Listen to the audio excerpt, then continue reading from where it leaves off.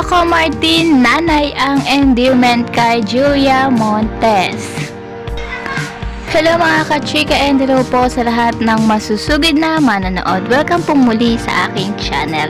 Talaga naman nga pong all out support palagi si Coco Martin kay Julia Montes. Present nga po si Coco Martin sa nagdaang grand premiere ng Topak movie ni Julia Montes. Kasali nga po ang Topak sa MMFF 2024.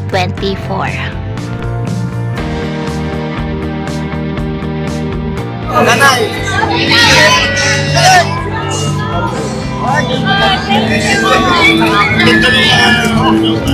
Nakakatuwa kasi in-upgrade talaga nila. Talagang sabi ko nga para siyang pang-international. Kaya supportahan natin ang Topak sa December 25 po yan. Damay-damay na.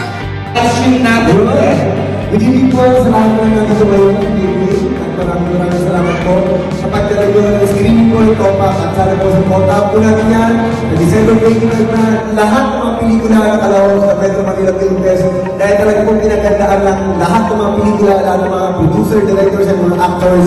Sana po maging matagumpay kayo ang ating Metro Manila Film Fest. God bless you and more power. At sana po, sa December 25, supportahan po natin Topak, directed by Richard Sones, Greg Villayan, Arjun Nadia, at Julia Montes. Maraming salamat. Coco Martin! Thank you.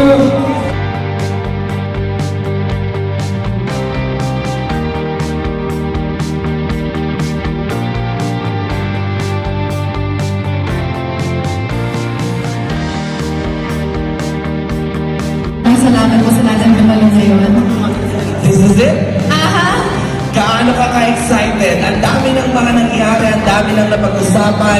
Isa ang Topak sa talagang bukang bibig ng lahat.